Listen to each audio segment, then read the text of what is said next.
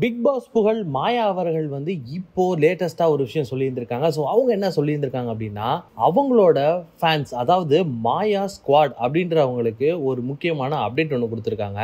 And அது மட்டும் இல்லாமல் அது கூட சேர்ந்து ஒரு பாடலையும் ஒன்று போட்டிருக்காங்க. அண்ட் மாயா அவர்கள் இன்டைரக்டா ஒரு சில விஷயங்கள் இந்த இடத்துல சொல்லவும் செஞ்சிருக்காங்க. மாயா அவர்கள் அவங்க ஸ்குவாடுக்காக சொன்ன விஷயம் என்ன அப்படின்னா, நான் ஏ ஸ்குவாடும் இல்லை பி ஸ்குவாடும் இல்லை, நான் எப்பொழுதும் தனியான ஆள் தான், எனக்குன்னு ஒரு ஸ்குவாட் இருக்கு, அதுதான் மாயா ஸ்குவாட் அப்படின்ற மாதிரி ஒரு விஷயத்த ஹேஷ்டேக் போட்டு சொல்லியிருந்திருக்காங்க.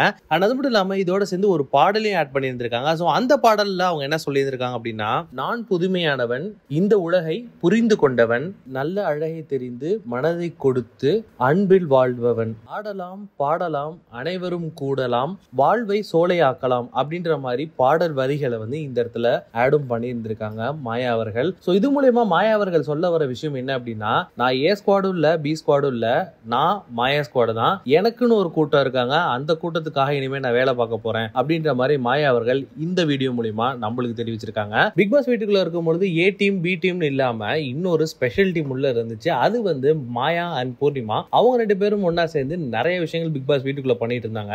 அண்ட் அவங்க ரெண்டு பேரும் தனியாவே ஒரு டீமா பயங்கரமா செயல்பட்டு இருந்தாங்க. பட் பிக் பாஸ் வீட்டை விட்டு வெளியில வந்ததுக்கு அப்புறமா அவங்க ரெண்டு பேரும் வந்து பெருசா ஒன்னா இருக்க மாதிரி போட்டோ வீடியோஸ் எல்லாம் பெருசா ரிலீஸ் ஆகல.